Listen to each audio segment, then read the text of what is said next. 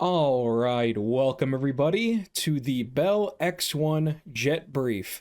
This is the start of a new series of videos that I would like to do for my channel, in which I do nice presentations on specific aircraft, the history, the development, and trying to really go into a little bit more detail than what you may find just with a quick Wikipedia read. And what better aircraft to start that with other than the Bell X-1, the very first supersonic aircraft to ever exist. So yeah, hopefully you guys enjoy. Just to note, I'm not using a script or anything. I am just speaking off the cuff for these. So if I'm stumbling or rambling or anything like that, that's pretty much the reason for it. I do have a bunch of notes in front of me, just literally on sticky notes attached to my monitor, to help me out in certain areas. But yeah, so just a little bit more of a relaxed sort of, just a presentation, right? So yeah, the Bell X-1, let's move on.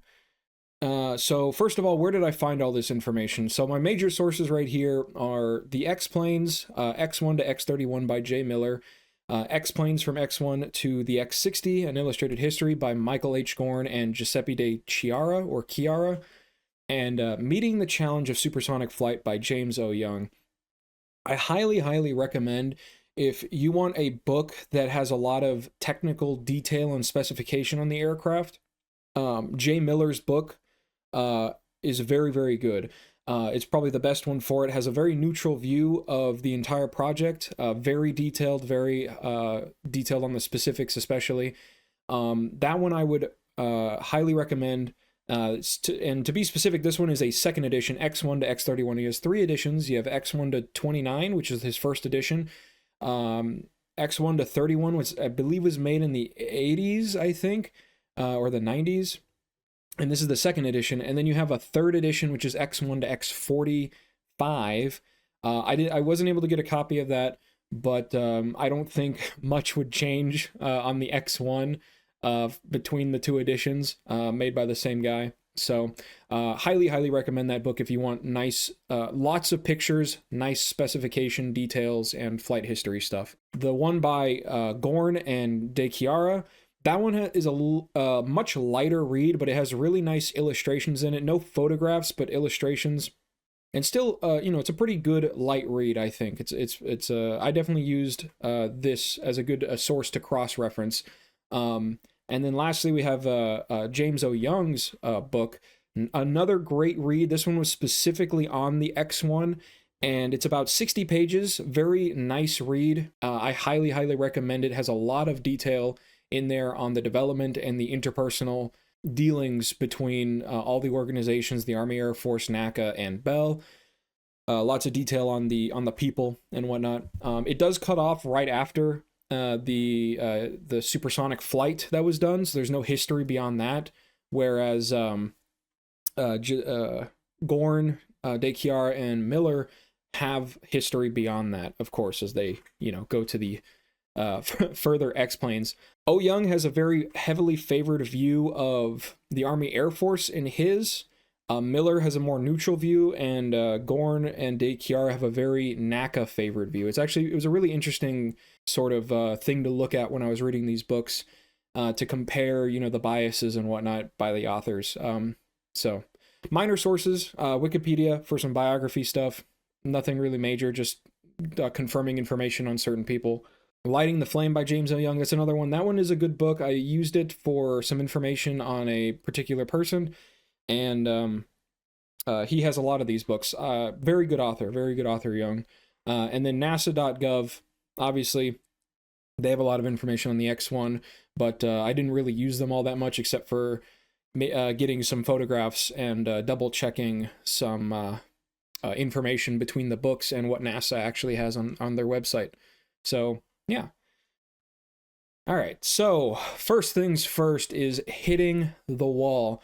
So supersonic flight was not, by the 1930s, supersonic flight was not this insane out-of-world concept. Some aerodynamicists did think it was theoretically impossible, mathematically impossible to break the speed of sound, because certain certain simulations, etc., certain math came together to essentially say that as you approach the speed of sound, drag and drag basically becomes infinite, and so therefore you can't actually surpass it. But there was a lot of push to actually find out what happens as you approach the speed of sound. Famously, the P-38 Lightning was the first American fighter aircraft to experience the issues of compression, of compressibility, which is something that happens as you approach supersonic speeds in the transonic regime of flight. That is to say, between Mach 0.7 and Mach 1.2. In that area, you start to experience compressibility issues, which is where the airflow, the airflow over the wing starts to compress heavily, which can create weird pockets of emptiness, essentially, over your control surfaces, which makes them feel like they've locked up. The P-38 Lightning was very famous for this issue. Lots of people died. Very specifically, a Lockheed test pilot, Ralph Verdin, died in November of 1941 doing a test dive in a P-38 Lightning. And up until this point, no one really cared all that much about transonic research. The only people who really pushed for it were kind of like set aside, mainly because at this point, people wanted to start pushing it because aircraft in the 30s could reliably fly at 500 miles per hour. P-38 Lightning again. And then obviously in the wartime, in World War II, aircraft could very reliably hit high speeds of 500 plus miles an hour.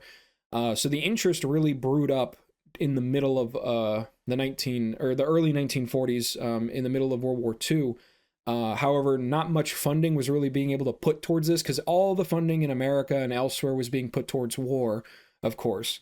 But that being said, this was just a phenomenon that was happening. No one really cared all that much because it was hard to reach anyways. It was hard to reach outside of doing a dive. So usually pilots were just instructed not to dive so aggressively that they kill themselves via compression. But this was a known thing. No one really could study it though. They're just beyond just not being able to get to it without possibly killing yourself. Wind tunnels couldn't actually study supersonic speeds or transonic. They could study supersonic, but we couldn't study transonic velocities because of a thing called choking, where with the larger wind tunnels, the shock waves formed around the model would bounce off, ricochet off the walls of the wind tunnel, and then come back and hit the model and basically make it impossible to gather accurate data. Now, this was solved a little bit later, and we will talk about that. But for the most part, we just couldn't do any studies like this. The closest you could get is building an aircraft to fly transonic, which again was hard up until the later mid 40s, when jet propulsion and stuff started becoming more of a big deal. And speaking of jet propulsion, we have the inevitability of jet propulsion. So first things first, we have the Heinkel 178, the Heinkel HE 178. It becomes the first ever jet-powered aircraft in the world in 1939. That's the one you see up there at the top left. It was an Italian project, I believe, or no, I'm thinking of an Italian project. This actually came out. This was done in secret, and then finally came out later in, I think just after the war had started. But this was the very first jet-powered aircraft in the world. Then, of course, we have the Messerschmitt Me-163, not jet engine, not a, jet turbine engine, but a rocket jet engine, which first flew in 1941, entered service in 1944, and as anybody knows about the Me-163, it was a very, very fast aircraft, extremely fast. Its job was, of course, to take off and intercept American and British bombers as quickly as possible and bring them down. Then we have the Messerschmitt Me-262, famous, like an extremely famous aircraft, of course. First flight in 1942, entered service in 1944. And it was just a huge deal because at this time, no other jet-powered aircraft, like properly jet turbine, pulse jet, whatever, human-powered aircraft had entered service yet and was seeing live combat.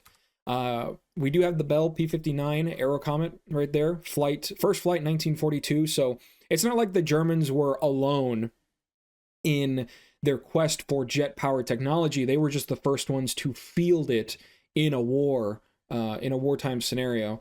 The P-59 did fly in 1942, roughly the same time as the Me-262. However, it never entered service because it was just too slow. This project, the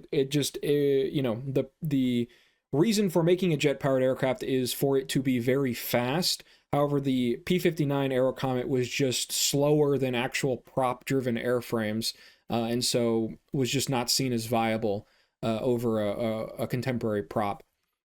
Then we have the Gloucester Meteor, first flight 1943, entered service 1944. However, even though it entered service at the same time as the Me-262, it didn't see frontline combat because the British were too afraid of losing them in combat, and the Germans were covering it and reverse engineering the technology.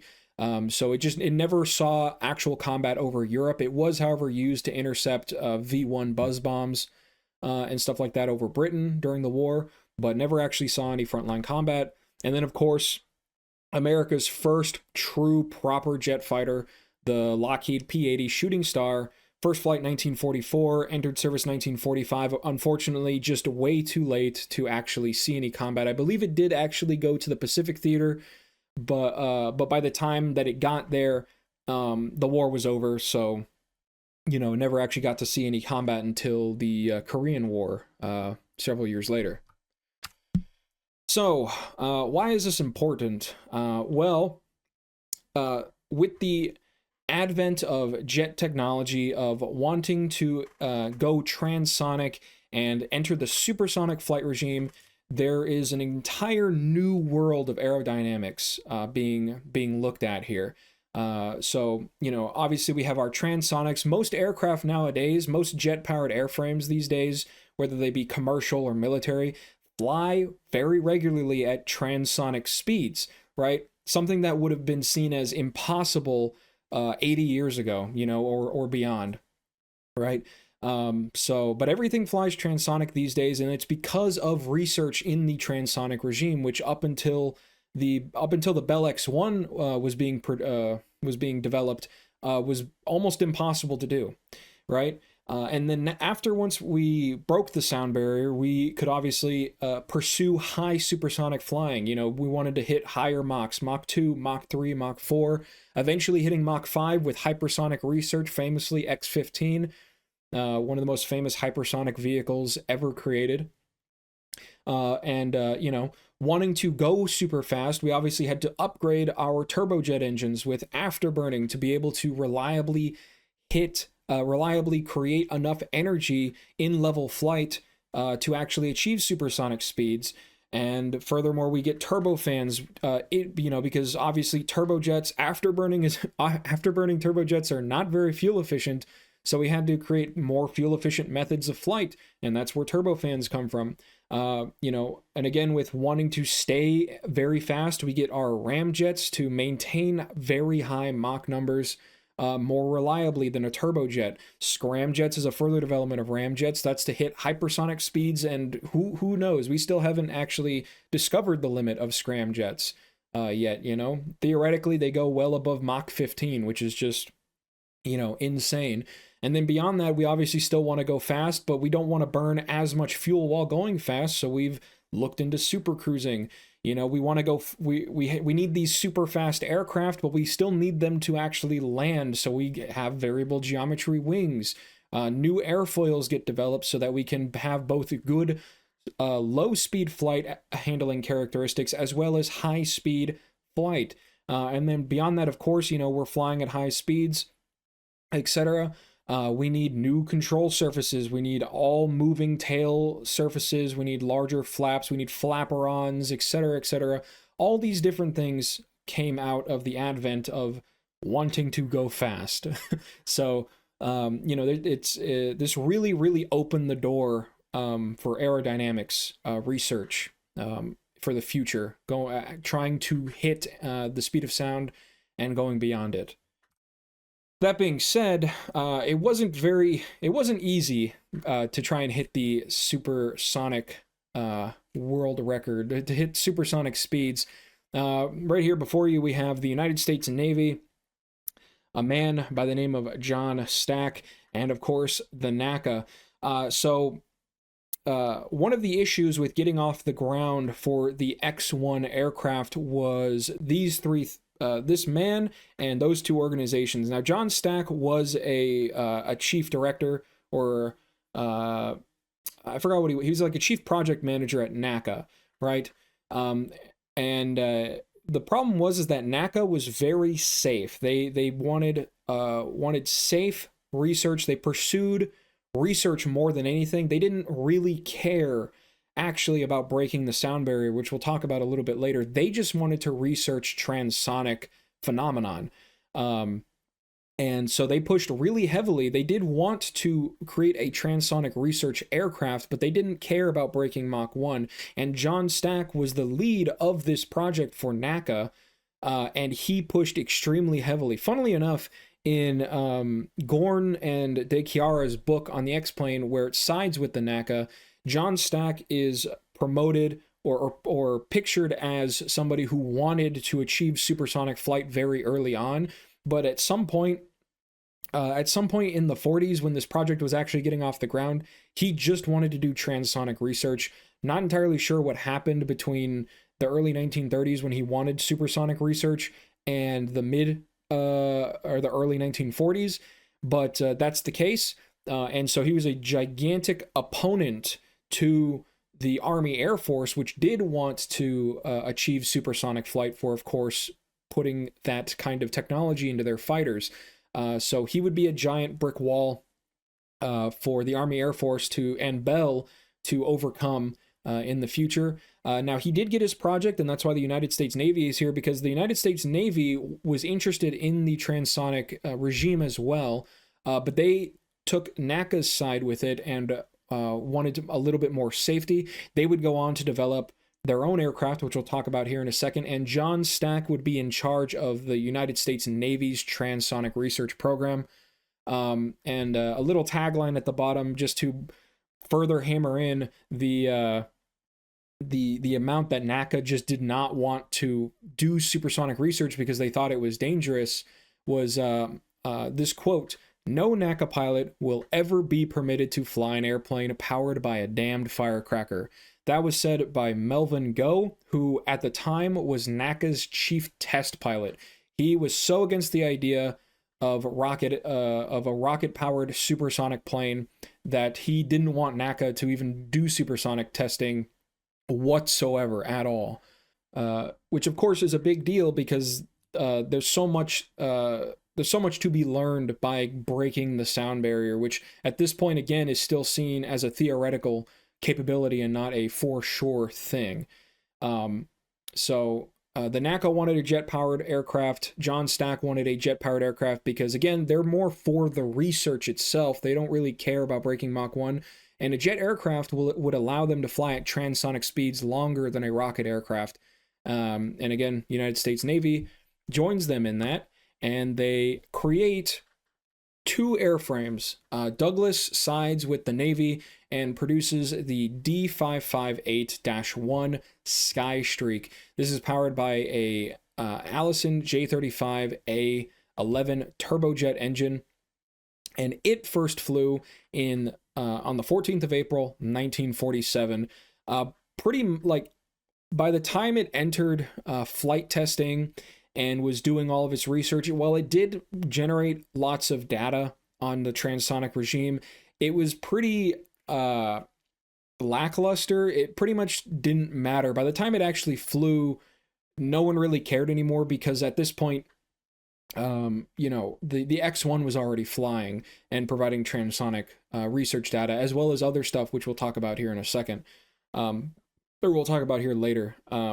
But they went ahead and very quickly made a second one, the Douglas D558-2 Sky Rocket. This was actually originally a jet-powered aircraft by the J-34 WE-40 turbojet by Westinghouse, and it flew just under a year later than the Skystreak.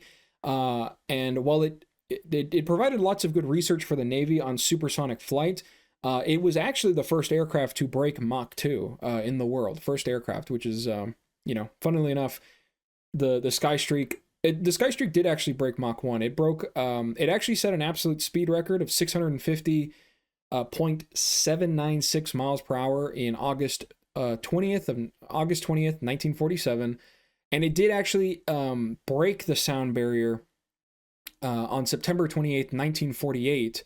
Much later than the Skyrocket actually broke Mach 2, but it would break. But the Skystreak would break Mach 1 in a 35-degree dive, and it would only do this one time. But the Skystreak pretty lackluster. The Skyrocket was a little bit better of an airframe for research testing because it was doing what the X-1 was doing, which was going really fast. So yeah, but pretty classic rivalry here between the Air Force and the Navy. Just wanted to point out what the Navy had going on, since they were helping the NACA essentially fight back against the Air Force as far as it came for the research. So getting off the ground, actually. So we have three guys here. We have on the very left, we have Theodore Von Karman, extremely important figure in the aerospace, aerodynamics, research, etc. Just pretty much anything that has to do with aerospace, space, etc. in the through the 30s, 40s, 50s, and onwards. This guy is it. He is essentially the godfather of American aerodynamics research. He waves his hand over something and it gets done, essentially. Although, funnily enough, he played a pretty minimal role in the X-1 project itself. The guy in the middle is Bob Wolf, Robert Wolf. He, which we'll talk about in a second, but and he doesn't really have a direct involvement in the X-1, but he does help a lot with getting the project off the ground. And then on the right-hand side here, we have Ezra Kotcher. He is he's the guy. He's the guy that basically got the X-1 to get started. Like, if it wasn't for him, it probably never would have happened. At least, certainly not when it did. So he's an extremely important guy, and we'll talk about him in a sec. First, we're going to talk about Robert Alban Bob Wolf, the guy that I just mentioned. You can see him up there in the top right, the top photo. He is the second guy from the left, and you can see him again on the very left, the guy standing in the bottom photograph. But he was a project engineer at Bell Aircraft. He was a lead designer of the P-59 Aerocomet alongside Herbert L. Bowers, who's pictured there on the far right of the top photograph. But the reason why he's here is because because of his involvement in the P-59 Aerocomet, he would go to NACA in 1943. I believe it was pretty early in 1943. I can't remember the exact month, but he would propose the use of turbojets for transonic research to the NACA, which is really what got NACA to finally wake up, essentially, and want to pursue transonic research in earnest. Unfortunately, his proposal for turbojets is what got NACA to be really, really hardline about using turbojets for the research against rocket technology. But to Bob's credit, the P-59 was turbojet powered, and they still wanted to make a turbojet airframe at Bell. So obviously pushing the use of turbojets for transonic research is be a pretty important thing for the company. Moving on, we have Theodore Von Karman, as I mentioned. So while he doesn't have really a direct hand, like I said, he was pretty much the godfather of aerodynamics research in America at this time. And so he kind of has like a very powerful invisible hand, as it were, in this project. So in 1930, he becomes the director of Guggenheim Aeronautical Laboratory at the California Institute of Technology, or GALCIT.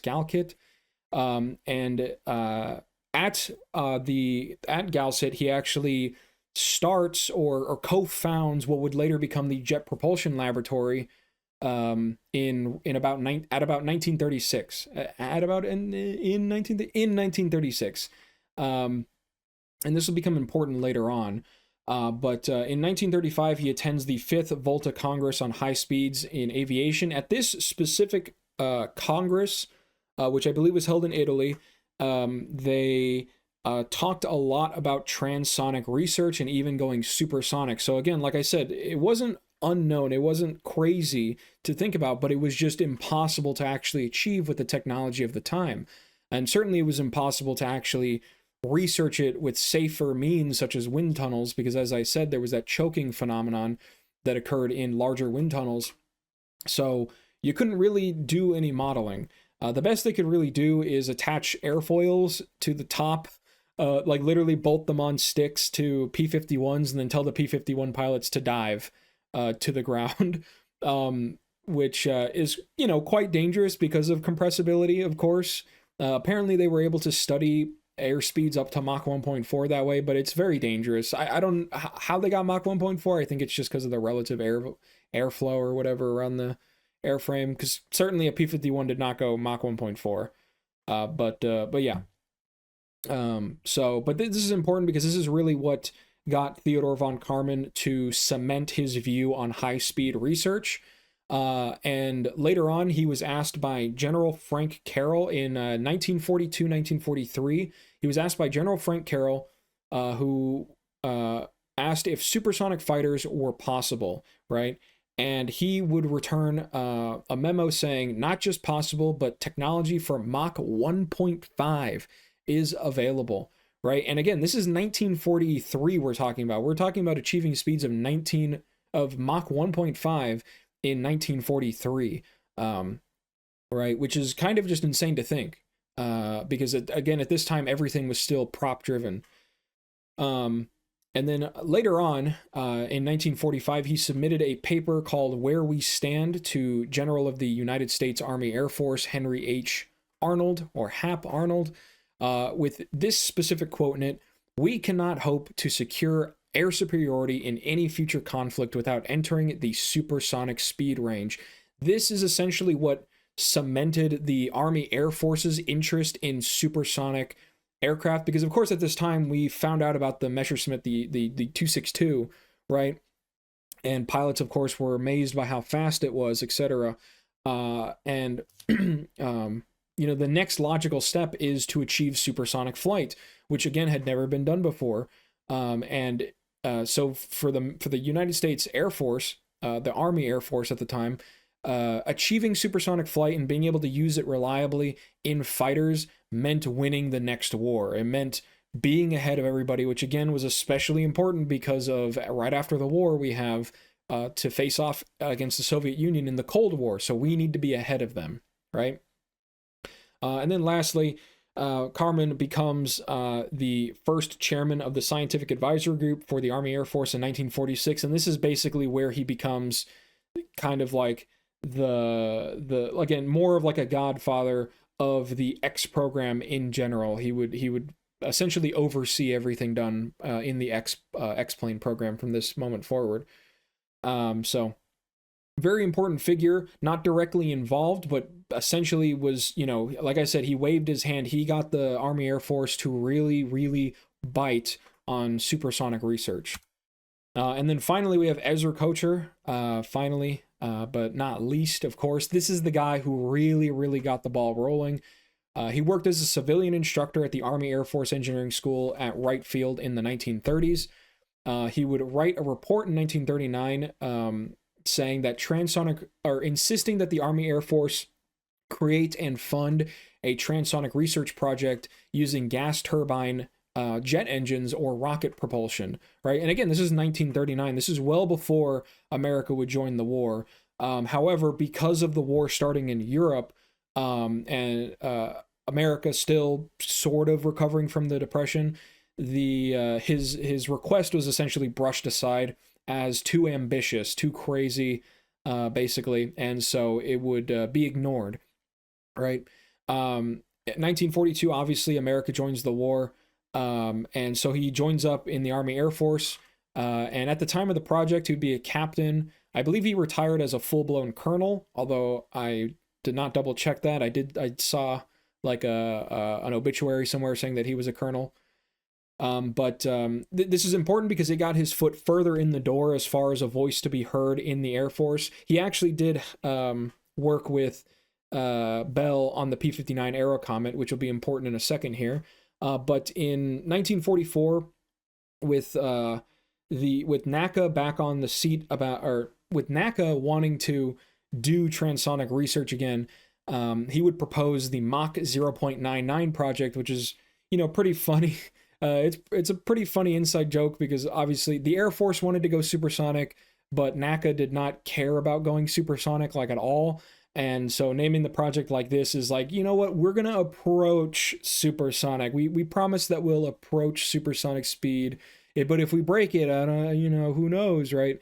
So pretty aptly named project. And then on November 30th, 1944, he was the one who got Bell to actually start their development of the X-1 aircraft. He convinced Bell Aircraft chief engineer, co-founder Robert Woods to take up the contract. Again, they had already known each other at this time because Kotcher was, he was a member of the Air Force's side of things when it came to the P-59 Aero Comet, which if we go back, you can actually see him there. He's second from the right, standing in the bottom photo there. That's him as an Air Force captain, Army Air Force captain. And so, he sat down one night, specifically November 30th, 1944, with Robert Woods having a talk, and didn't really take much convincing for Bell Aircraft to pick up the contract.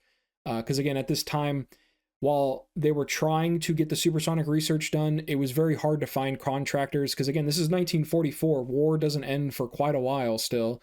So everything was put towards wartime production of airframes. So it's very hard to get a company to build an aircraft for research purposes alone, right?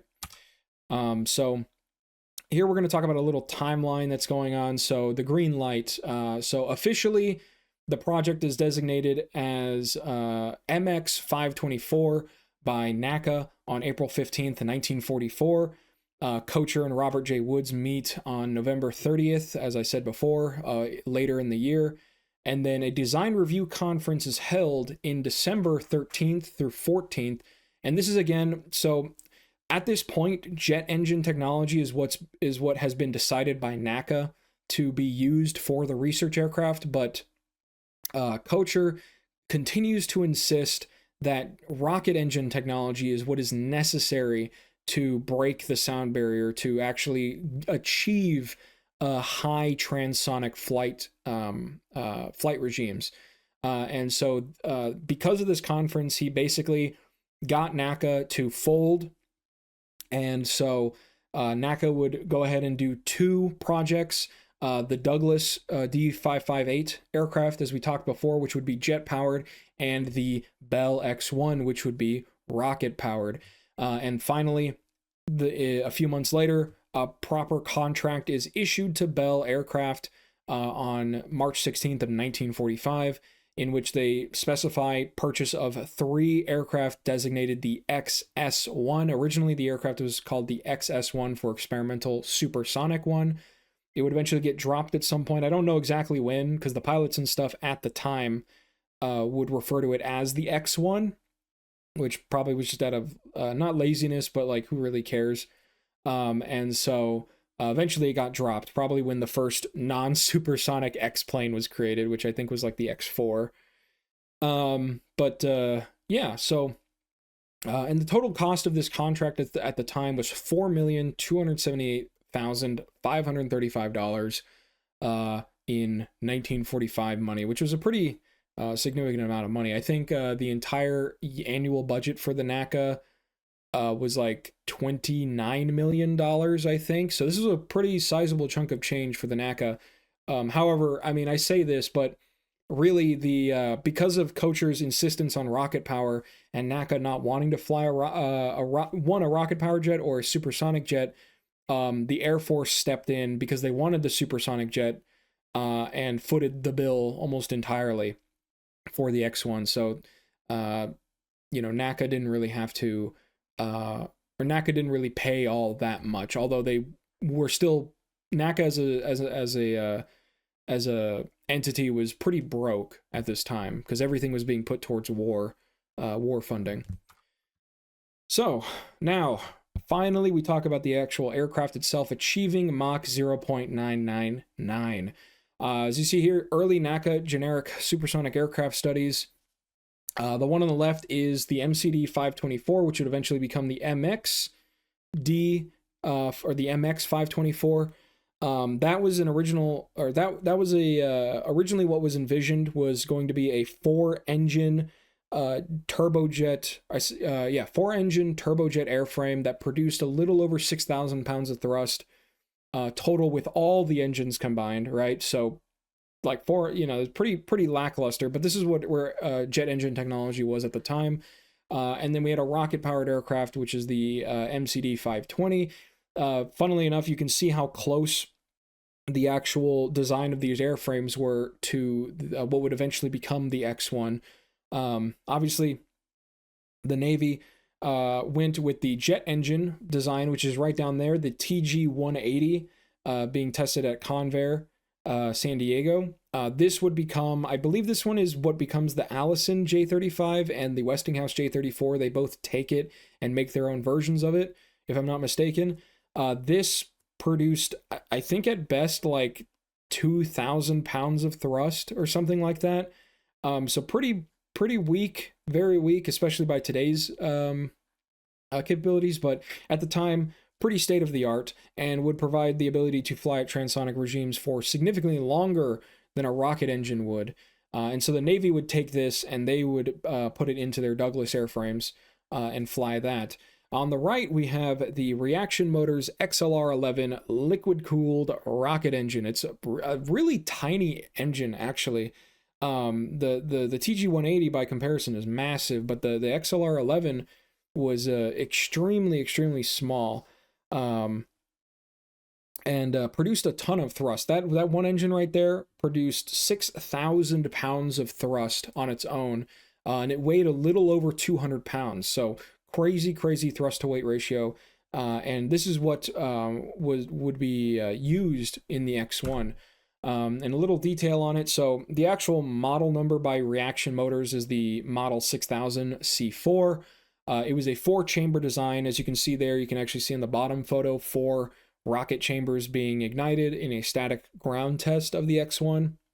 Now the rocket itself was not throttleable like a engine nowadays can be. But the way they would control the power is by having each of the chambers ignite individually.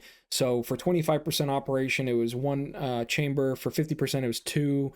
For 75, it was 3. And for 100%, obviously, it was all 4 chambers. Each chamber produced 1,500 pounds of thrust. So quite a lot still, again, because you got to look, it's like, this is a roughly 200-pound engine that produces 1,500 pounds of thrust on a single chamber, and it has 4 of these, right? So very powerful for the time. And there were 2 initial versions here. So we have the one that would be initially installed is the XLR-11 RM3, 208, which was the 208-pound version that I said, and this is stated by Young. This had a 2.5-minute operation time, roughly, at full power. They would not run the engine at full power every time. Certainly not every time. They would slowly build up to it. They'd go 1, 2, 3, and then finally 4 engines during a single flight. They wouldn't just kick it off. And then the second version of the engine is the XLR-11 RM5, which was 345 pounds. And this one would be able to operate for 4.2 to 5 minutes. This was stated by Miller. Now, the reason why it's heavier and has more operating time is because of what we'll get to here, which was an issue that was faced with the rocket engine. So initially, the plan was to have a turbo pump that would pump the fuel into the chambers, which would be a much safer low-pressure solution. However, Reaction Motors was having a very, very difficult time actually creating a turbopump that would work reliably. And so instead, what was done was the use of 12 stainless steel, thick-walled nitrogen gas spheres that would be used to pump the fuel into the engine using high pressure, which was obviously significantly more dangerous. These spheres would be pressurized up to 4,500 psi, pounds per square inch, and these spheres alone increased the empty weight of the jet by almost 1 whole ton. So it made the aircraft heavier. It was more dangerous, and it actually cut the fuel amount by half. That's why the initial version that is installed in the X-plane only had about 2.5 minutes of operating time, was because these steel balls of nitrogen gas took up so much space. Now, as far as the fuel is concerned, originally the fuel was going to be red fuming nitric acid and an aniline propellants, which are what are called hypergolic, which means that the second they touch, they explode. So that was obviously very dangerous. This was very quickly switched to a liquid oxygen oxidizer and a diethyl alcohol mixture, which was a water diluted ethyl alcohol, which was significantly safer to use. And so that's what you see up in there in the photos. We have an actual diagram from the actual paper, from the actual documents, and then on the left here we have a scan. That's from Gorn and D. Chiara's book, The Illustrated History. So these nitrogen tanks would still be necessary for actuation of the gear, but the addition of having them in the aircraft for the pumping of the fuel would prove to be very dangerous and very challenging. Although it's kind of ironic, as we'll see here, that the pump wasn't used until very late. So besides that, right, so now that we have basically no fuel in our aircraft with only 2.5 minutes of flight time, and we still need to fly this aircraft in the transonic regime, how do we actually do that? This was another reason as to why NACA pushed back so heavily, is because they did not want air-launched test aircraft. They wanted an aircraft that could be taken off from the ground. However, this was not possible because, again, there was not enough fuel to actually get the X-1 up to altitude and then fly at transonic velocities for a period of time sufficient enough to collect data.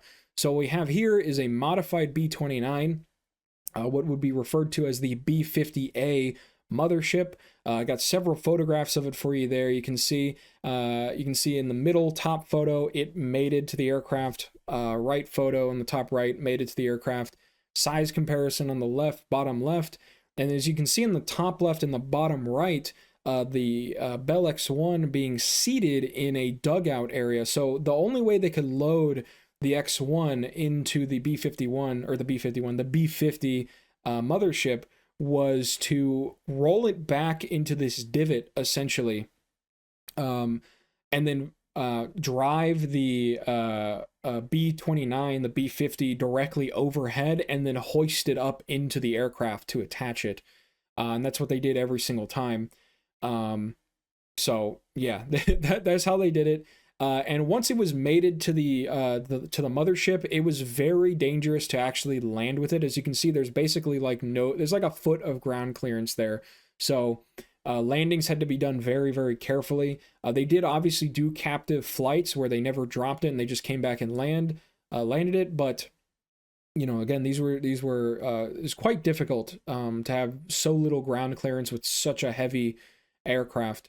But this is what you do. And the bottom center photo is a very rare photograph of the X-1 actually being dropped from the B-29. As you can see on the other side is a P-80 chase plane. You can barely see it, but it's there. So moving on, finally, we talk about the X-1 and the design of the X-1, turning a bullet into an airplane. Now, when I was first doing research on the X-1 a long time ago, I had heard about them designing it after a bullet. On NASA's webpage, they say they design it after a bullet. Even in Jay Miller's book, they design it after a bullet. Every single place says they design it after a bullet. But the thing is they don't say why necessarily. Even in Jay Miller's book, he briefly touches on it and says that the two Bell designers that were in charge of creating drafts of the airframe, they didn't know anything, so they didn't know anything about transonic flight or what would be safe to fly transonically. So they decided to do the very natural thing of just what does fly supersonic, what is safe that fly supersonic, and so they went to the Army and asked ballisticians and those people.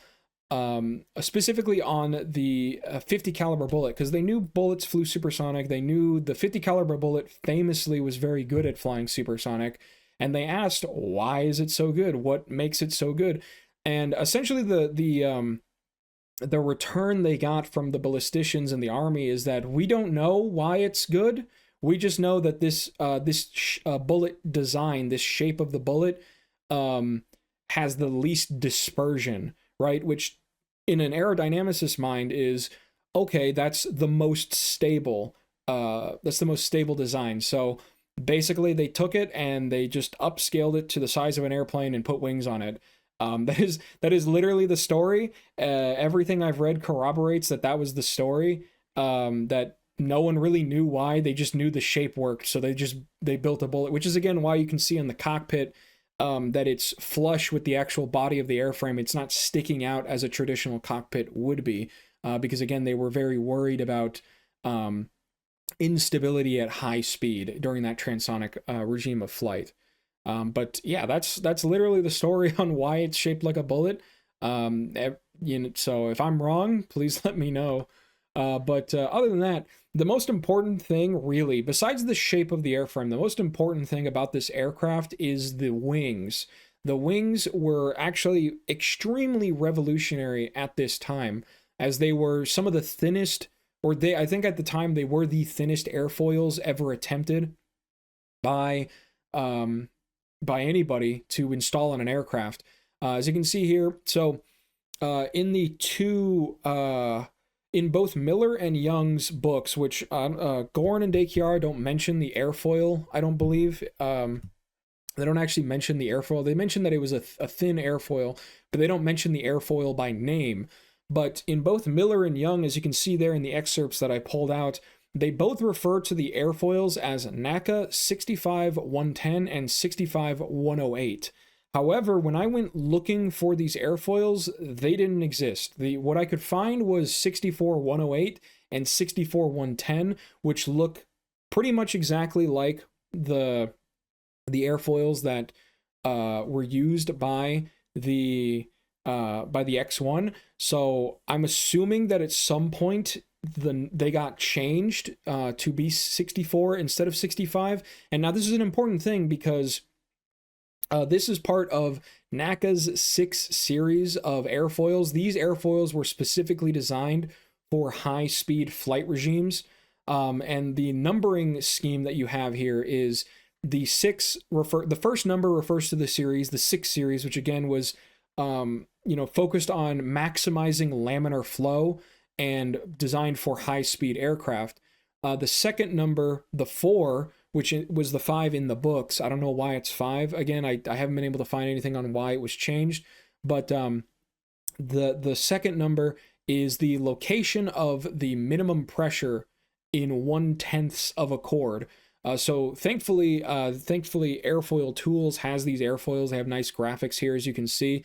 And they are all divided in tenths. The green lines going from left to right divide the airfoil in tenths. So I put a handy dandy arrow pointing at exactly where the minimum air pressure would be on the airfoil as per NACA's naming scheme. So at this point, that is the location of minimum pressure based on laminar flow, which is where that scheme comes from. The third number immediately after the dash, the 1 in here, is the lift coefficient at optimal operating conditions, so a coefficient of 0.1. And then the last two numbers is the thickness to chord ratio, so how thick the airframe or the wing is compared to how long the chord is, which for these was 8% and 10%. And this would be very important as we go later on and discuss the actual the aircraft themselves. But these are very important because 8 and 10% chord thicknesses were pretty crazy at this time, especially the 8%. So the wing itself would be 8%, and the horizontal stabilizers, the elevators in the back, would be 2% thinner. So you're talking an 8% wing and a 6% horizontal stabilizer for the thinnest selected airfoil. And you're talking about putting these on aircraft that have to fly in regimes never done before, right? Speeds and wind shear forces, etc., never done before. And it was also the case that the contract required that this airframe be built up in strength. Typically, aircraft of these at this time would require G loading of up to 12 Gs maximum, right? So thin wings were pretty doable at 12 Gs. However, the X-1 specified that it had to maintain structural strength up to 18 Gs, 18 times the force of gravity. And when you're talking about wings that are this thin, that was extremely, extremely difficult. The way they got around this, though, was basically, again, building up the wings heavily. I believe the actual, the thickness, yeah, so the taper of the skin of the wing started at the root where the wing meets the body of the plane at 1/2 inch thick. Crazy, crazy thickness there for the skin of an airframe. And then eventually it would taper out to the very edge to 1/32 inches at the very, very wingtip. So it tapered extremely, extremely fast for how short the wings were. And again, these wings had to maintain up to 18 Gs of force, which they thankfully did. Yeah,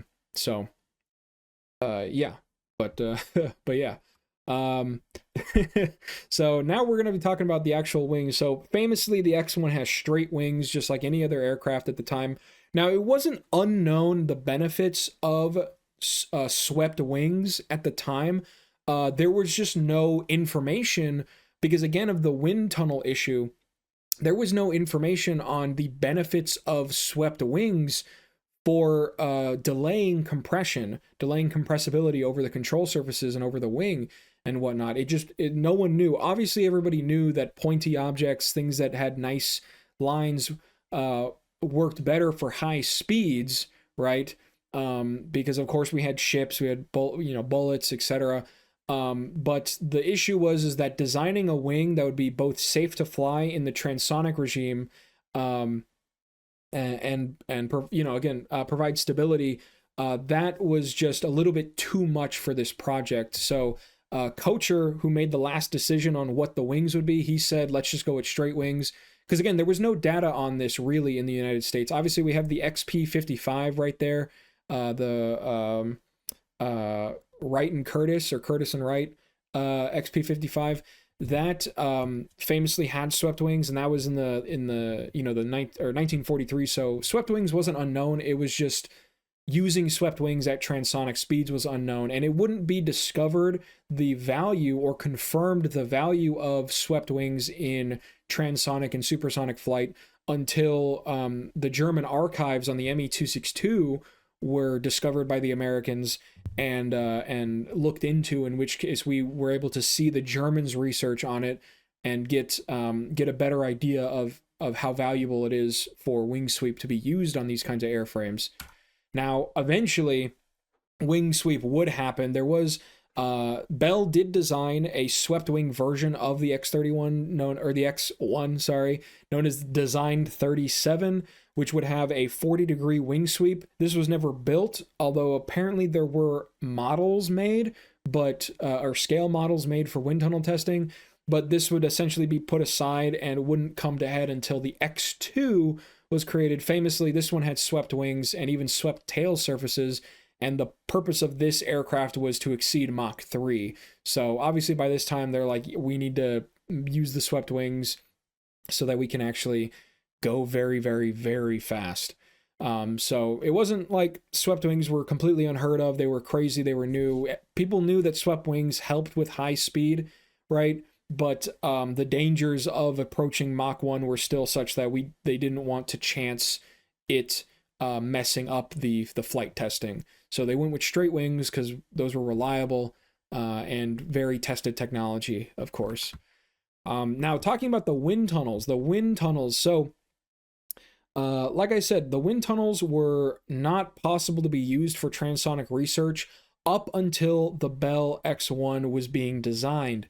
Up to this point, again, like I said, we experienced a thing called choking, which is where shock waves bouncing off of the model would hit the walls of the wind tunnel and then bounce back and hit the model, creating lots of issues with actually capturing how shock waves form and whatnot.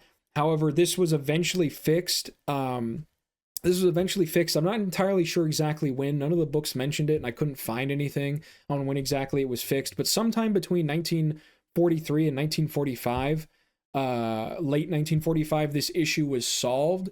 I believe using slits to basically make it so that the shock waves don't reverberate around the wind tunnel.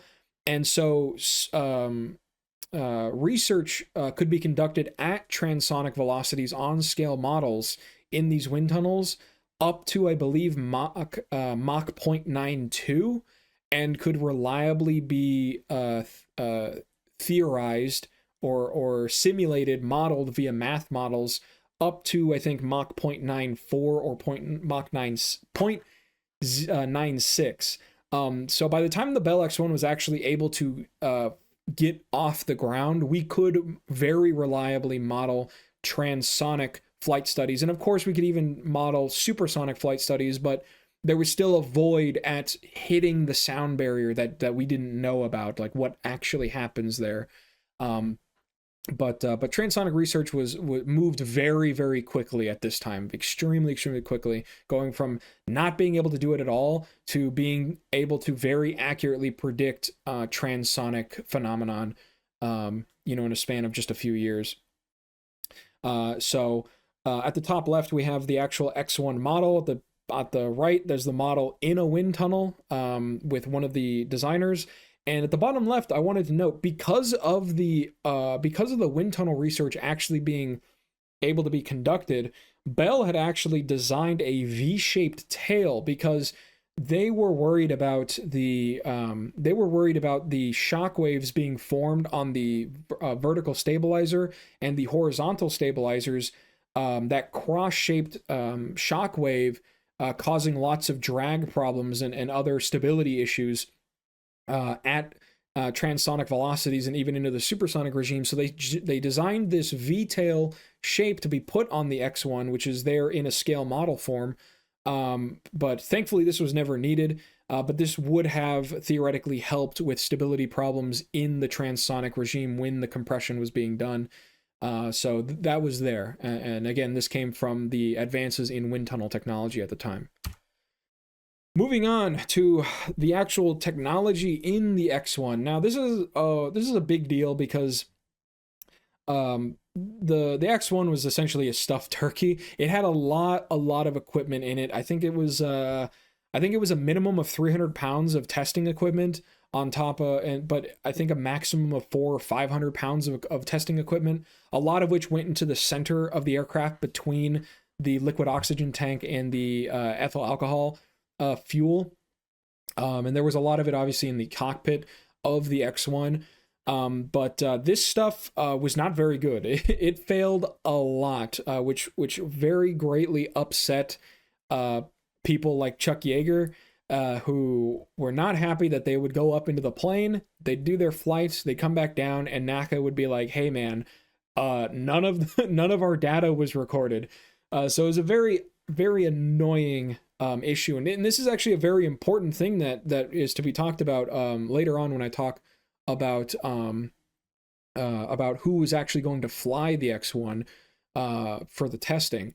But that being said, you can see here all of the things that were put into the X-1. Most notably, the most important thing, again, coming back to the wings on how they needed to be very strong.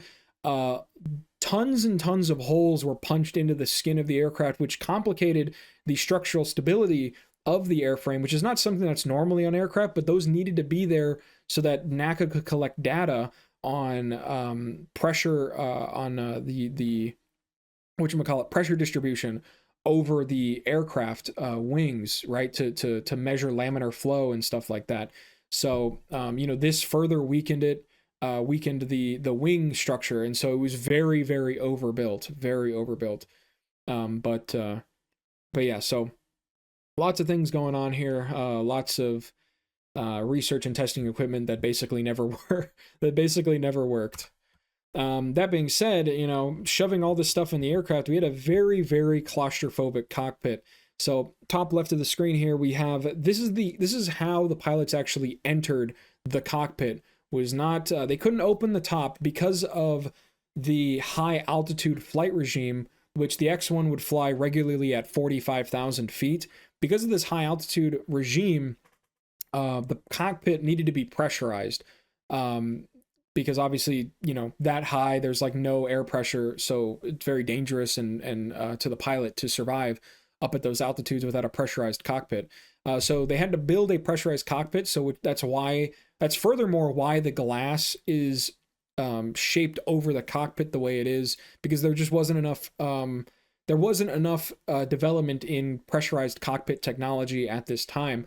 Another reason as to why it's claustrophobic is because you have those canopy bars, right? The famous canopy bars over it, which very heavily limited visibility, even more than the actual shape of the cockpit itself. But they needed that because they needed to make sure the glass would stay on the airframe while it was pressurized at altitude. So that further hindered visibility outside of the cockpit.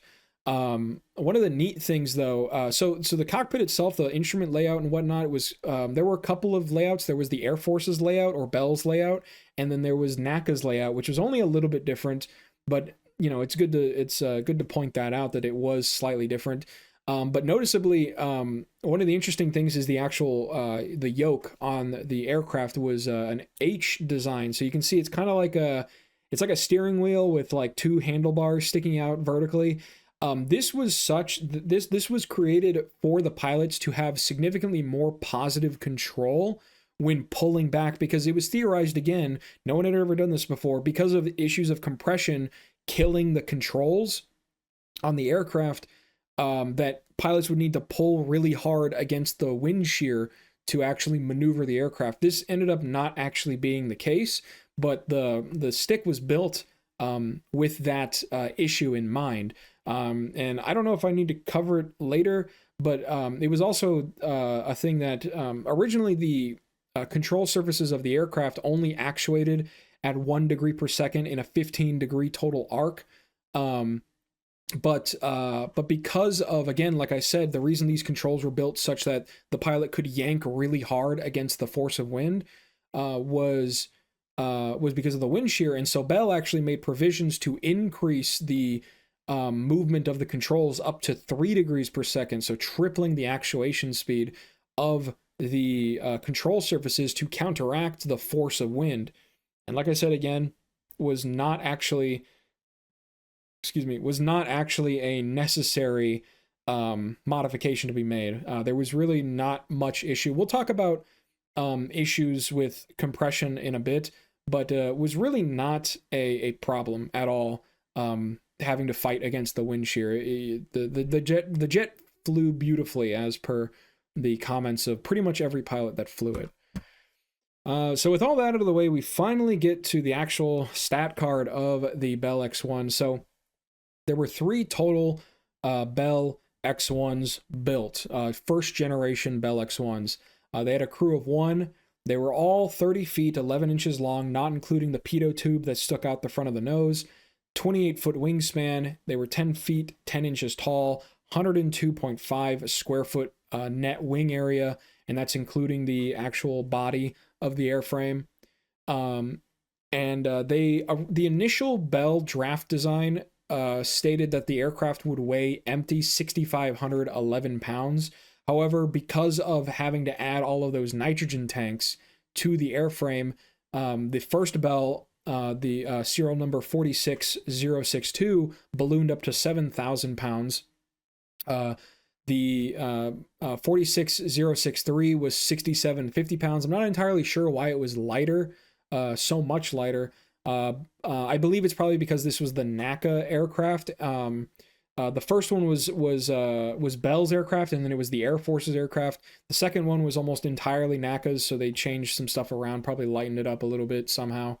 And then the third airframe, 46064, was 6,847. That one was lighter because that one actually had the turbo pump for the fuel, and so they could get rid of the nitrogen tanks and expand the fuel load, which is notable in the gross weight. So the initial gross weight was supposed to be 12,050 pounds, but was 12,250 in the first X-1 build, 12,000 in the second one, and notably 14,751 pounds in the third one. And again, that was because they were able to get rid of the nitrogen tanks, which meant they could expand the size of the fuel tanks for the oxidizer and the ethyl alcohol mix, and fill it up more, which effectively doubled the endurance time, which really made the aircraft significantly heavier.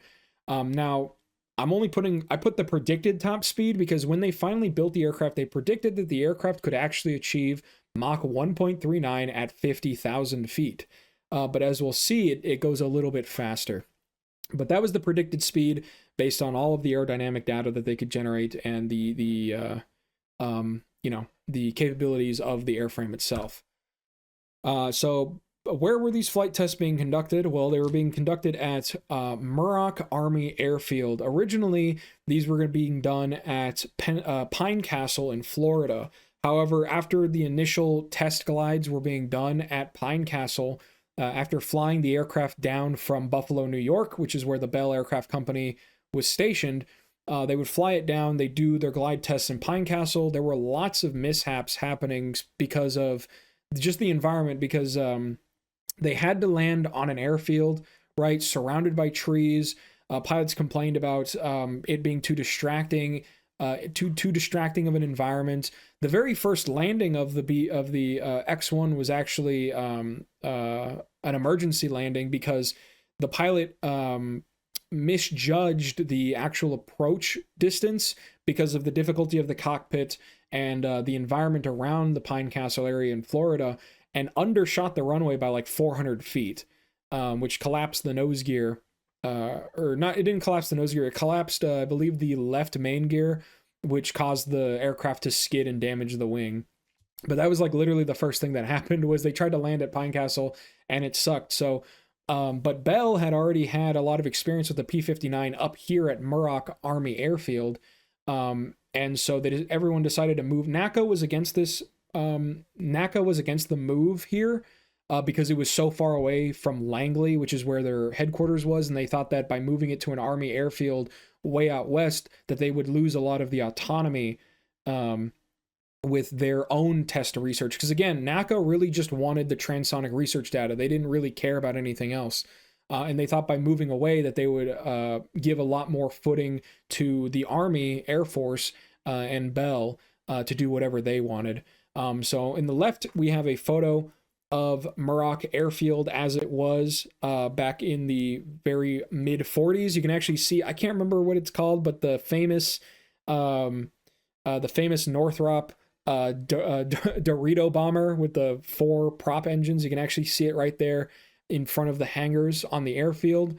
On the right hand photo, this is a little bit later. This was, I believe, in the late 40s, or it was actually, I think this photo was taken like 1956, 1958, after it was already renamed to Edwards Air Force Base, famously Edwards Air Force Base, and they actually built Edwards Air Force Base. Right there, you can see Muroc at the bottom right, that little V-shaped Airfield, and then north of it is Edwards. And then in the middle, all those tents you see, that was the research area. That was what all these researchers had to work out of, was literally just tents out in the middle of the desert in the west for quite a while until they built proper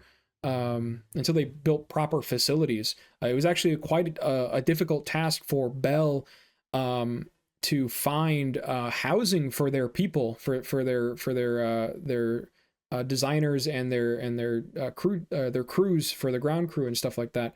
They just couldn't find anything because this was basically an unheard of area out in the middle of nowhere. But very quickly, obviously, became the very famous Edwards Air Force Base, where pretty much all research testing has been conducted since this point onward. But that being said, now that we know where we're going to fly, who is going to fly this aircraft? So in the left, you see Larry Bell, owner of the Bell Company, and Bob Stanley, who was the project manager for the Bell X-1 at this time. And he basically would do he would do anything for Bell. He wanted everything to be done to make the big man happy, essentially.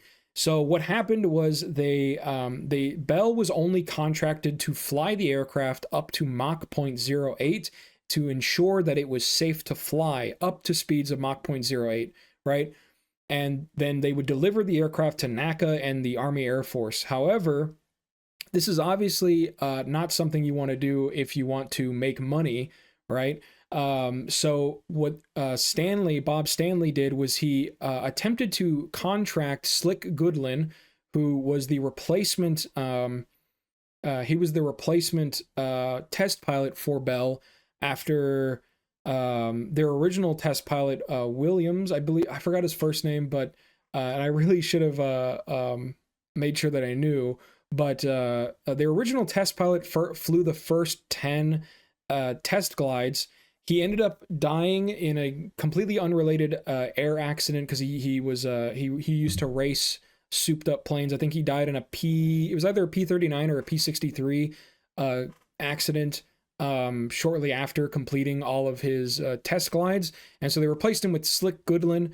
And Bob Stanley attempted to contract Slick Goodlin further for 5 total years at $30,000 a year. For a total of $150,000. And the reason this number was so high is because Bell wanted to do the supersonic flight. They wanted to be the ones to break the sound barrier.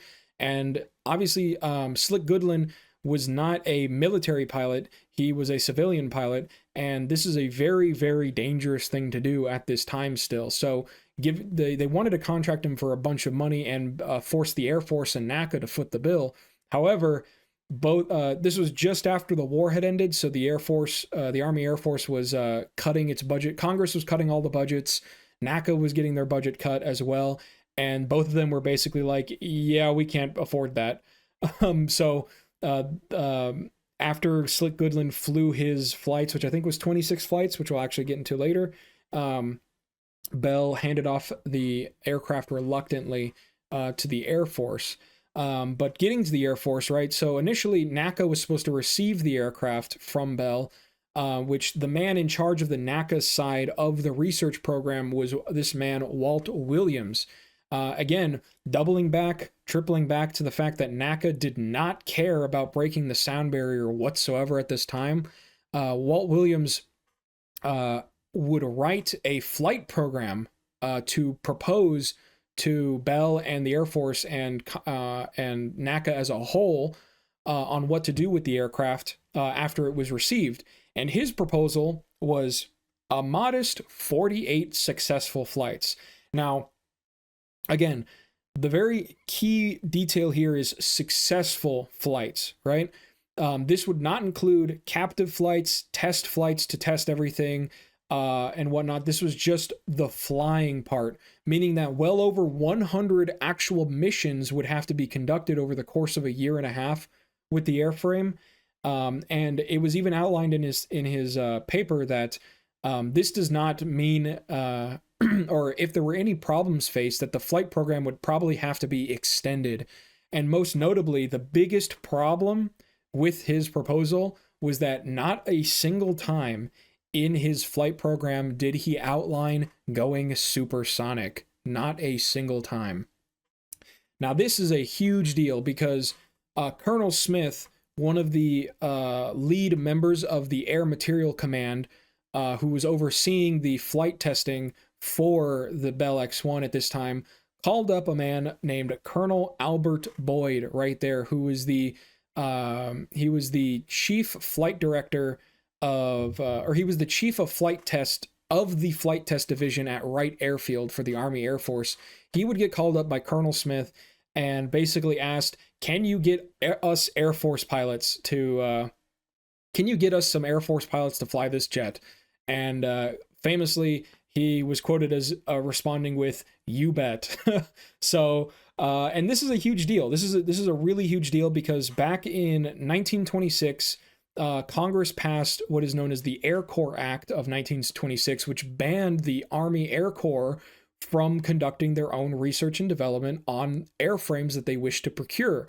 This was because NACA at the time, which was started in 1917, I believe, or 1916, NACA was supposed to be in charge of all aerodynamics research, essentially. And the Air Force, obviously, they wanted fighter aircraft, and bombers, of course. They would do all their research on their own. So essentially what was happening is Congress was paying NACA and the Army Air Force to produce the exact same test results at the same time. They were both coming to the same conclusion at the same time, which upset Congress's pocketbook very greatly. And so in 1926, Congress banned the Army Air Force from doing their own flight test research on aircraft and put all of the responsibility solely on NACA.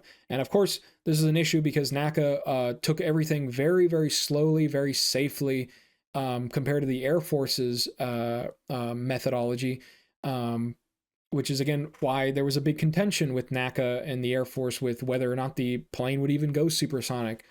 But again, so like, as I was saying, this is an extremely important thing for the Air Force because back in 1944, the Air Technical Service Command Flight Test Training Unit was established in September of 1944, which wanted to allow the Air Force to get back into testing their own aircraft. This would eventually become the famous United States Air Force Test Pilot School.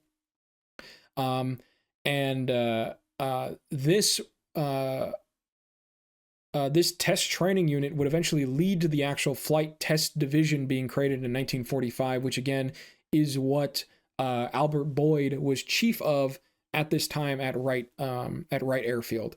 And so because of this call to Albert Boyd and Boyd sitting down and trying to actually get pilots, the Air Force was able to take over the program pretty effectively against NACA's best wishes. Now that we have somebody to fly it, let's talk about actually breaking the sound barrier. Now, there's a lot of flight testing that happens before supersonic speeds are actually achieved. The Bell X-1 would achieve supersonic flight on October 14th, 1947, hitting a speed of Mach 1.06 at 45,000 feet. As you can see, we have a photo of the X-1 while it's flying. Very nice photo of it. And then on the left here, we have Chuck Yeager, who is actually climbing into it. This isn't a photo of him climbing into the X-1 on this specific flight. This is just a photo of him climbing into it. You can see he's not very happy in the photo. There's a quote by him talking about getting into the aircraft. They could not get into the aircraft on the ground. They had to get into the aircraft in mid-flight, right? And so in doing so, they had to face the wind shear, the altitude, etc. The engines from the B-29, Yeager said, were deafeningly loud. You couldn't hear anything. The wind shear, and because the altitude was below zero, and he had to cram his way into the X-1 mid-flight like this against the wind shear, against the deafening noise, and essentially said that once you were in the X-1, you couldn't get out of it until you landed. So, very, very difficult thing to get into. But, they broke the sound barrier again on October 14th, 1947, on exactly the 50th test flight. Famously, this was actually not a very big deal when it happened. No one would find out about it except for the flight testers until about 2 months later when it was finally leaked to the press.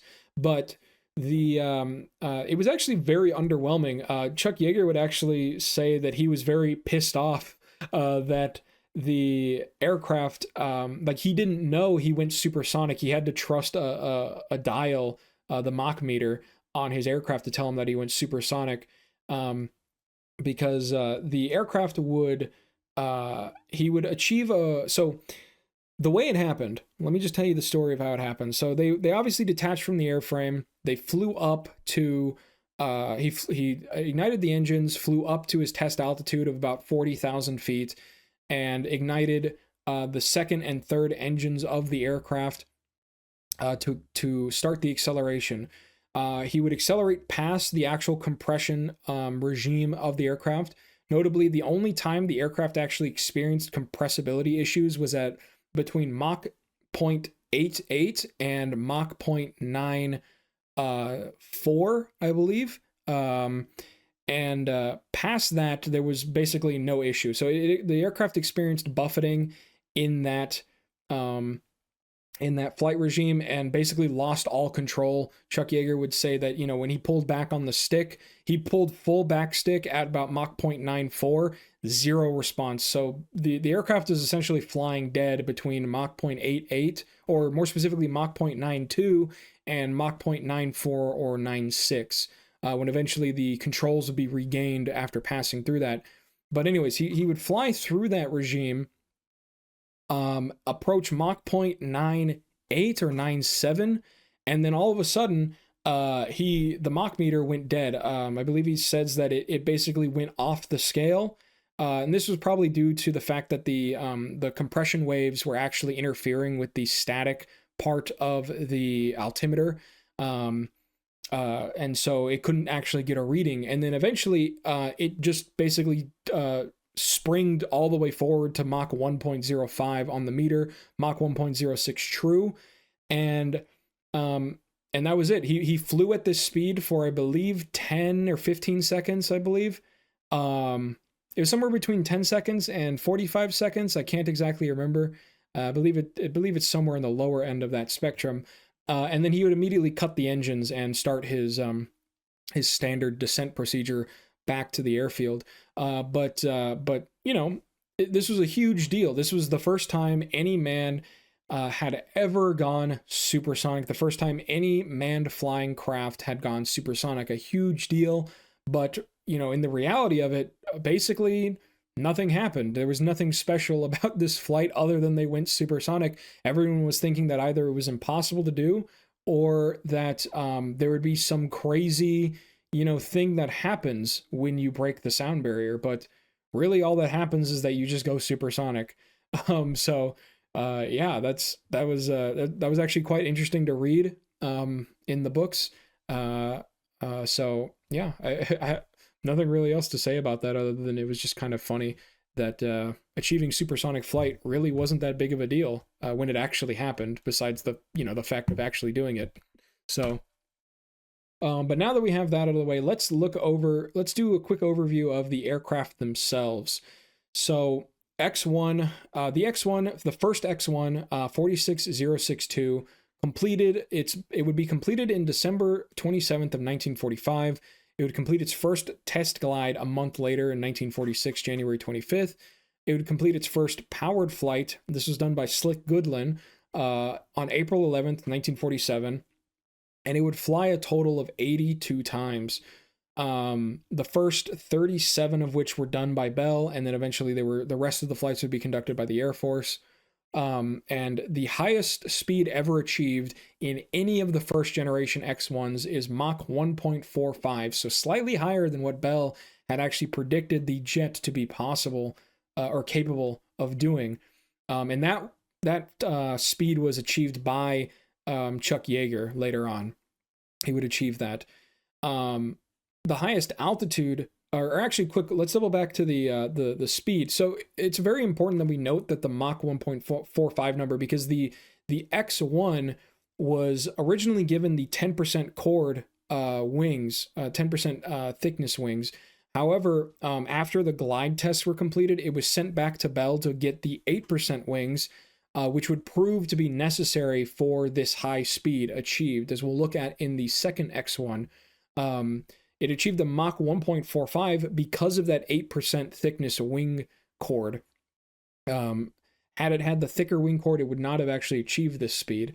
But the highest altitude achieved was 71,902 feet MSL, and that one was achieved by Major Frank Everest, another Air Force pilot who was the one in charge of doing the absolute altitude tests in it. He would do, I believe, 3 altitude tests in it. The second one of which is where he achieved the 71,902 feet. However, it nearly killed him because when he got up to that altitude, the cockpit depressurized, and it was the first time ever that a partial pressure suit was used in an emergency, and it saved his life up there at altitude and proved the feasibility of these pressure suits, and also the being able to actually do high altitude testing. So even though he nearly died, it basically told everybody, let's keep flying higher, and they definitely did fly higher, as we'll see shortly. But this altitude was achieved specifically on flight 125. The first supersonic flight was at flight 50, and then I believe Chuck Yeager flew Mach 145 on like flight 60 or something, 65, I think. It wasn't much long after they broke the sound barrier that he pushed it to the max limits. And it could have gone faster had it had more fuel. Had it been the intended version without the nitrogen tanks, it could have gone actually much faster. But this aircraft would be flown last May 12th, 1950. The last flight of which was actually flown by Chuck Yeager for a movie called Jet Pilot. It was flown as a promotion thing there. And but that's the last time it would be flown. And ever since August 19th, 1950, it has been on display at the Smithsonian in Washington, D.C., if you ever want to go see it. Looking at the second Bell X-1, 46063, this one was completed a little bit later, or almost a year later, October 7th, 1946, and completed a first test glide 4 days later, in October 11th. And funnily enough, it actually had its first powered flight before the first X-1. If we go back, first powered flight of the first X-1 was April 11th, 1947, and the first powered flight of the second one was December 9th, 1946. This was because the first Bell X-1, the 062, did its test glides and then was sent back to the factory, the Bell factory, to get its originally it had the 10% chord, or the 10% thickness wings, and it was sent back to get replaced with the 8% thickness wings, which you can actually see over there at the top right image. Is you can see the wings are actually an integral part of the center section of the airframe. And it was not a very difficult thing to do. It just took a long time to actually change this out. But the second one, 063, this one would have the 10% chord thickness, or the 10% thickness wing airfoil, whereas the 062 would have the 8%. This one would fly a total of 74 times, and the highest speed achieved was Mach 1.20. This was achieved by, I think it was achieved by Slick Goodland, although I could be mistaken by that. I really should double check. But this would famously achieve Mach 0.02, and this was a big deal because, again, this had the thicker wings, the thicker airfoil, which further proved the necessity of thinner airfoils for higher achieved speeds, which is something that we'll get into a little bit later. But didn't get to go as fast. Pretty much literally the exact same plane as 062. It just had thicker wings, and so therefore was slower. The highest altitude achieved was 45,000 feet MSL. So this one didn't achieve any altitude records or anything like that, because this one was flown mostly by NACA. This one was flown mostly by NACA for transonic research. So they barely flew above the sound barrier. They mostly just used it to achieve transonic flight data, and so they didn't really fly it all that high or that fast. Whereas the Air Force flew 062, and that's why they were attempting altitude records and speed records and stuff like that. The last flight of 063 for the time being was October 23rd, 1951, where it would then later be converted into the X-1E, which we'll talk about here shortly. But that is the flight record of the original X-1 in its in the second Bell X-1 in its original configuration. Lastly, we have the third X-1, a little bit prettier. As you can see, if you look immediately at the cockpit, you can see it doesn't have those canopy bars on it anymore. They were able to figure out new methods of mating the glass to the body of the cockpit, or the body of the plane, and so therefore they can get rid of the bars, which improved visibility of the pilot quite significantly. But this was, the prettiest. This one also had the turbo pump installed, and so therefore had double the fuel. It wasn't really double, but it was a lot more fuel. It allowed for double the actual flight operation time. If I can find my note here. Oh, here it is. So the initial capacity of the X-1 was only 311 gallons of liquid oxygen and 293 gallons of the ethyl alcohol.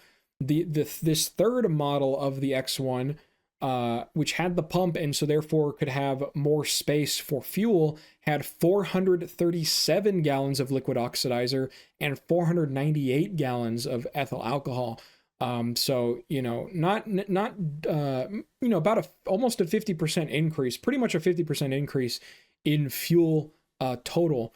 It also had a 31-gallon tank of hydrogen peroxide for the actual turbopump's operation. And so this one was actually projected to hit speeds as high as Mach 2.4 because of the extra fuel to go faster. Now, unfortunately and ironically, although this was supposed to be the safest version of the airframe, it did not get completed until 1951, and it only flew a single time in a test glide on July 20th, 1951, and was later destroyed during a captive flight. On this captive flight, they were supposed to be testing the fuel jettison system, because as was standard procedure, they would fill the aircraft up with fuel. They would go fly the aircraft to the speed that they needed to, and then they would turn off the engines and jettison all the fuel that they had left. This one, they were doing a captive fuel jettison flight on the B-29, B-50 mothership, where the pilot, I can't remember which pilot it is, but the pilot noticed that the nitrogen pressure for the actual expulsion of the propellants was extremely low. And so when they went to go do the actual, when they went to go actually jettison the propellant, they heard, they could see a little explosion or something. I can't remember exactly. I might be confusing this with the second generation, but basically they couldn't jettison the fuel, and so they came down and landed the plane. Yeah, forget everything I said about the jettison. So basically they couldn't jettison the fuel in flight, so they came, landed the plane, the mothership down, and the X-1 was still attached to the mothership. So they were just doing a standard ground depletion of propellant, and what happened was that when they went to go do it, everyone heard a very faint thud happen in the back of the airframe, at which point white smoke was seen coming out of the aircraft, and then all of a sudden the aircraft, everyone heard a much louder second explosion, and the plane would basically burst into flames, destroying it and the mothership that it was attached to. The entire center section of the mothership would be burnt away by this fire. Thankfully, no one was hurt. The only person who was slightly injured was the pilot was slightly injured, and one of the crewmen on the B-29 was slightly injured because he was the one who actually had to hit the fuel jettison in the aircraft. But no one got hurt otherwise. No one died, thankfully. But you know, ironically, even though this was projected to be the safest version of the Bell X-1, it would it would burn away in its very second test flight. So you know, it arrived very late and it died way too soon. So that's unfortunate, but it was very pretty at the very least. That being said, you know, obviously test aircraft have issues with, you know, with their programs and whatnot. So, you know, the X-1 experienced a lot of issues, specifically with the telemetry data. As I mentioned before, the NACA telemetry equipment was just never operating. It never worked. They got a lot of data. NACA was able to capture a lot of data on their flights. However, the Air Force was never able to capture much data on their flights, funnily enough. NACA said that there was a lot of pilot error, but pilots, you know, would swear by actually doing the procedures and whatnot, and their test data just failed to capture. So in total, for the original version of the X-1, there was a single electrical system failure, which forced a powered flight to become a glide flight. The gear collapsed 4 separate times. As you can see there, the reason for the gear collapsing wasn't because the gear was made improperly. It was actually because on a landing, the pilots would have to flare the jet as was normal, or flare the X-1 as was normal landing procedure for a lot of aircraft. They would flare it, but when they would flare, they would achieve a critical stall speed, which basically made the elevator stop working. And so instead of gently touching the nose down, the nose would drop harshly and slam into the ground. And so this happened a fair few amount of times, and would happen on the later generation X-1s, as we'll get to. Yeah, so there were constant problems there. And then there were obviously engine failures. You know, it was a rocket engine. Funnily enough, there were a total of 157 X-1, original X-1 flights, and there were only 11 engine failures, even though this was a rocket-powered aircraft, right? NACA obviously didn't want a rocket-powered aircraft because it was dangerous, but it ended up being quite safe as far as the engines were concerned, aside from the third 064 exploding. There were 3 fires, 2 explosions, one of which being the 064 loss, and then 6 miscellaneous issues, which weren't detailed in any of the books. They were just, you know, 6 failures occurred, probably to light or something like that. But yeah, that is, you know, as test programs are, they're going to have failures. So, but that being said, you know, beyond the X-1, the basic XS-1, there was iterative progress, and this progress happened very, very quickly, pretty much like a month after the initial X-1 062 flew and achieved supersonic flight. The Army Air Force had asked for a new updated model of the X-1. This would become the second generation X-1A, B, C, and D model airframes. As you can see on this scan from the Gorn de Chiara book, these were specifically asked by the Air Force to test high altitude and much higher speed flights. So we'll get into that in a second. And then, as you can see, obviously the swept wing version of the X-1, which was later developed in the X-2, and there's a special outcrop version of the X-1E, which we'll get to.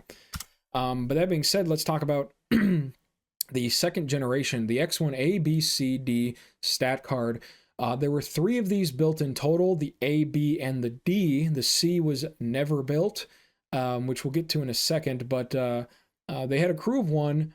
They were slightly longer at 38 feet 8 inches. They had the exact same wings, like they literally just used the exact same wings from the first generation X-1. They used the 8% thickness ones, not the 10%. 10 foot 8 inches tall and 130 feet of wing area total because of the extended body. These would be slightly heavier, 7,266 pounds, with a gross weight of 16,487 pounds. The endurance was approximately 4 minutes and 40 seconds. And again, this is because of the extra fuel, because at this point, the turbo pump was able to be used more reliably. And so they actually had 500 gallons of liquid oxygen instead of 437 gallons of liquid oxygen. And they would have 570 gallons of the diluted ethyl alcohol fuel instead of 498 in the 064. So literally double or nearly double the fuel and oxidizer of the original generation. So these were able to achieve significantly higher altitudes and significantly higher speeds. These were also significantly safer aircraft. As you can see, they have traditional cockpits. They're much, much more beautiful.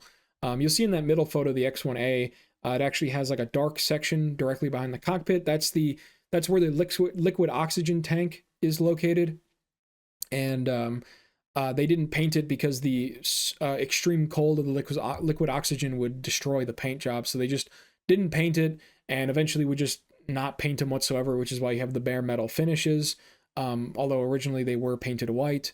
Bottom left photo, actually, you'll see, so the size of these aircraft were limited by the size of the B-29 cockpit, but because of the extended length of the second generation of X-1s, they actually had to cut out a V-shaped notch in the bomb bay to allow for the fitment of this longer X-1. The second generation performance, though, so the first one flew July 24th, 1951. Funnily enough, this was actually the X-1D that flew first, even though it wasn't supposed to be, or even though it was the fourth model to be built, it was the first one to fly. The total program lasted until January 23rd, 1958, with a total of 54 flights and a maximum top speed of Mach 2.44. So quite a lot more speed. This speed would be achieved again by Chuck Yeager. However, this would be his very last flight in the X program, because during this flight, NACA had been doing high-speed wind tunnel testing on the second generation of X-1s and had warned the Air Force that exceeding speeds of Mach 2.3 caused control instability above that. But the Air Force was here to push their luck, so Yeager pushed it up to Mach 2.44, and for the first time in human history, experienced a theoretical phenomenon up to this point known as inertia coupling. The plane would start to roll to the left very slightly. He would obviously correct with some very light right roll and rudder, but because of the inertia coupling phenomenon, this was translated into an exaggerated roll, which caused him to start tumbling at an altitude of about 65,000 feet. He would tumble for a total of, I think, 51 seconds until the plane entered an inverted flat spin at about 35,000 feet altitude. And then he was able to recover somewhere between 25,000 and 29,000 feet and safely land the aircraft. Notably, in Gore and De Chiara's book, they noted that Yeager would actually crack his helmet from being thrown around the cockpit so heavily. Neither Young Young obviously doesn't get this far in the program in his book, but Miller doesn't mention this at all. He does mention that he was not concussed, but semi-conscious after this whole debacle. But he experienced this coupling, spun out, cut the engines, and then tried to regain control. And thankfully, he regained control. Otherwise, he most certainly would have died in this accident. And again, Yeager being the first for a lot of things, first to Mach 1, set the absolute speed record at this time at Mach 2.44, and was the first person to nearly kill himself with inertia coupling. First person to ever experience the phenomenon of inertia coupling. So, yeah, that's the story of that. And so Yeager would never fly the X-1 again after this point, as far as I'm aware. I think he exited the X program entirely after this, if I'm not mistaken. But yeah, but after that speed flight, NACA banned flying above Mach 2, and so all flights except for one would fly only up to Mach 1.9 at the fastest, basically. The highest altitude achieved, which would be an unofficial world record in this aircraft, was 90,440 feet. This would be attempted 3 times by by another Air Force pilot. The official world records were set by Major Arthur Murray, who was the Air Force pilot that I believe took over after Yeager. And he would be the second person to experience inertia coupling during his second altitude attempt. So he attempted the altitude record 3 or 4 times. The second time is when he achieved this altitude, or the third time is when he achieved 90,440 feet of altitude. But in the second one prior, where they achieved about 89,000 feet, he would experience inertia coupling. And thankfully, this wasn't that big of an issue because he wasn't flying super fast, but he was flying high enough to where his control surfaces were very unresponsive. But thankfully, nothing serious happened from this flight, but he did experience it as well. As far as where the X-1s went, well, real quick, the X-1C was never built. As you can see, there's a diagram image of it there. The X-1C was specifically built to be a weapons testing model. Directly below it, you can see a mock-up of the nose cone being used to house a 50 caliber machine gun. Now, the reason the X-1C was never actually built was because of the advent of the F-86 Sabre and eventually the F-100 Sabre. So the Air Force finally had a reliable transonic and supersonic aircraft to do weapons testings with, so they didn't really need the Bell X-1C. The X-1B, the X-1A was built or was requested initially. The B was basically a redundant copy of it, and the D was supposed to be used in thermo testing, basically testing the heating up of the aircraft, which I believe the highest temperature they ever recorded was like 185 degrees Fahrenheit on the nose of the aircraft. But that one was designed for it. However, both the X-1A and the X-1D would be lost in explosions, basically. So during flight testing, they were both mated to the B-29.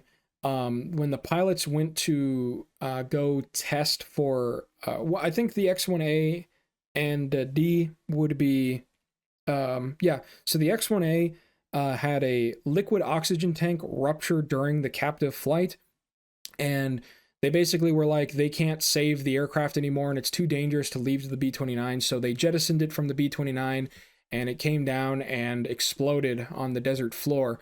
And the X-1D would experience the same issue, however, it was because of a nitrogen tank, and so the X-1D would also be abandoned mid-flight and thrown to the desert floor to die.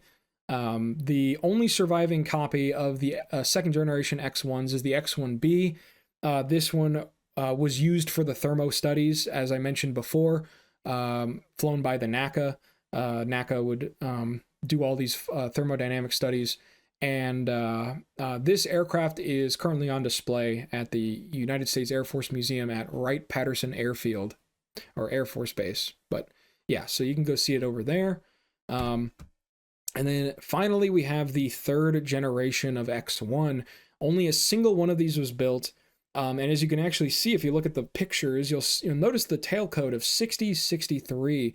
This is because, as I mentioned before, the 063, the second X-1, was actually converted into the X-1E, and this was basically a desperate plea by NACA to keep the transonic research testing going because they wanted to test extremely thin airfoils. The X-1E would have an airfoil of 4% thickness. It was an extremely, extremely thin airfoil, but they had theorized that this would help with buffeting at higher speeds, and they were correct about that. But Congress and the Air Force did not want to foot the bill on a brand new research aircraft because the X-15 was at this time being developed, which that thing was planned to achieve hypersonic speeds at insane altitudes. So basically, they got the money to tell Bell to rebuild the X-1 as the X-1E. They gave it a regular cockpit, as you can see, much nicer cockpit, and they essentially just replaced the internals with the expanded fuel tanks and the turbo pump, and they just replaced the wings. That's pretty much it as far as the changes to it. It would be 31 feet long. It actually had a smaller wingspan of 22 feet 10 inches. And that was obviously to help with the stability problems of making such a thin wing, an extremely thin wing at this time. It would be same height, 10 foot 10 inches, and it would have a wing area of a little bit more. As you can see, the chord is actually a little bit more than the original X1, and that was 115 square feet wing area total. It would weigh 6,850 pounds, gross weight of 14,750 pounds, because again, the extra fuel and whatnot. And again, it had an endurance of 4.75 minutes. Now, in some pictures, you'll see that it has a, you'll see that it, in some photographs, which I don't have one up here, but not of the aircraft, but drawings of it, it has a dual swept edge. So the leading edge would be swept and the trailing edge would also be swept. However, as you can see in the wind tunnel model, there is a leading edge sweep and a much more dramatic trailing edge sweep. However, in the actual photos that I have here of the actual built one, it only had a leading edge sweep. It had a very slight trailing edge sweep, but it only had a leading edge sweep. So I'm not really sure where the disparity comes from. I guess the initial design asked for a dual swept wing or a leading and trailing edge sweep of a pretty significant amount, but they just ended up going with a more dramatic leading edge sweep. So yeah, and then also in the second picture on the bottom right, you can actually see, if you look at the tail section, there were a couple of fins attached to the back end, some dorsal fins attached to the or ventral fins attached to the aircraft, and this would increase stability at high airspeeds. And so that was used for this. As far as the performance of the aircraft, again, only one of them built. First flew December 12th, 1955, so pretty late. Flew, last flight was November 6th, 1958. And it would fly a total of 26 times, achieving a maximum top speed of Mach 2.24. And a maximum altitude of about 73,000 feet. It's said that it could go up to 74,000 feet. I'm sure it could even go significantly higher. However, the highest speed it was actually flown to was about 73,000 feet, and the highest speed it was flown to was Mach 2.24. And basically, after this, the program got canned because there was no need for the Air Force to fund this project, because by this point the F-104 was a reliable Mach 2 aircraft. So the NF-104 would be flown by the Air Force for their high-speed Mach testing, their things. This is also another reason as to why the X-1C was not further developed, was because of the coming of the F-104. But the X-1E would retire because of the F-104. But notably, this was the I have read that the for second generation, the X-1A had a ejection seat, and it certainly looked like it should have an ejection seat, but I've only read that the X-1E had an ejection seat. So I included photographs of, at the bottom left, you can see a cutaway or the actual like nose, the rebuilt nose section being cut off, and you can see the ejection seat in there in the bottom right photo. So this one actually did have an ejection seat to be used by the pilot. However, obviously, this was not going to be used at high speeds. You'd have to get subsonic before popping this thing. But yeah, it did actually have an ejection seat. So before we exit out of here, we're going to be talking a little bit about notable pilots. Of course, everybody knows Captain Charles E. Chuck Yeager. He was the first Air Force pilot to fly this thing. He was notably, a loose cannon type character, but one of the best pilots in the X program. And he would fly the X-1 the most out of everybody, 38 flights, quite a lot. The next highest number of flights was Slick Goodland, as we'll talk about in a second. But obviously, he set the X-1 speed records, both the first generation X-1 at Mach 1.45 and the second generation X-1 at Mach 2.44. And so, lots of firsts with him. Obviously, really can't talk enough. If you want to learn more, you can always watch the movie, The Right Stuff, and read his autobiography and all the other biographies about him. But really, really great pilot. Second pilot we have here is Herbert Hoover. Hoover would be the second pilot in the world to achieve supersonic flight, but notably, he was the first civilian to go supersonic. Herbert Hoover was the NACA test pilot. And so, I wanted to note him because, again, he's the first non-military person and second person ever to achieve supersonic flight, which is a pretty big deal. And then the last person on the right, Chalmers Slick Goodland, the guy who took over for the Bells testing. You can see him there. He's standing right next. He's in the middle of that photo, shaking hands with, I forgot which colonel. I think that's Colonel Smith. I can't entirely remember, but he's standing next to Bob Stanley. And this photo was taken immediately after the first powered flight of the X-1. He was the pilot who actually flew it for the first time under power, and he would fly it the most out of any civilian pilot at 26 times. So thought it would be notable to put these guys down here and just to, commend them for their momentous achievements, I guess. All right, and before we exit out, final thoughts. Well, I don't have anything super specific. I have more abstract ideas, I guess, here. The photographs you see before you are, on the left, that is the Bell X-1 team, the initial Bell X-1 team at Muroc Air Force Base in front of the B-59, B-29, in the middle photo are the NACA team members, Walt Williams there again on the right. And then on the right-hand side, Air Material Command's X-1 test team, where you can see Chuck Yeager is in that photo, front and second from the right. So, all very, very great men, and a really, just a really crazy time in American history. It was really a symbol of mid-20th century America, right? We broke the sound barrier. We were doing it with rocket technology, would really set the stage for, America pursuing the space race and eventually making it to the moon in the 60s. And it was, I think it's a good thing to look back on and to see how things were done back in the day.